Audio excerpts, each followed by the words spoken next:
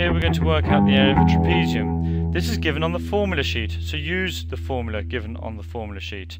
Right, the area of a trapezium, these two sides added together, divided by 2, times by the height.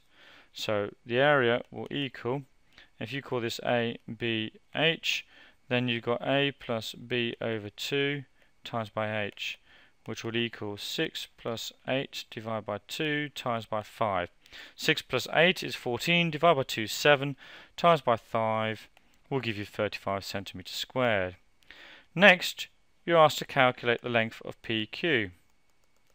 You do this by creating a right angled triangle, which is of height 5, and if this is 6 and this is 8, that's going to be 2.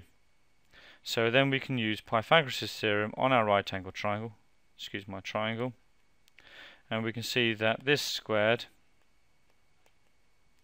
PQ squared, will equal 2 squared plus 5 squared. So PQ will equal 4 plus 25, that's 29, square rooted. And it asks it to 3 significant figures, and that will come out to be 5.39. When you actually put it into your calculator, you get something like 5.3851. Do 3 significant figures. You look at the third figure. Is the next figure equal to 5 or bigger? If so, round up. If not, leave it as it is. And it is bigger than or equal to 5 because it's equal to 5. We round it up in this case. Now, if you struggle with Pythagoras' theorem, what's a good technique to do is to draw a square on each side.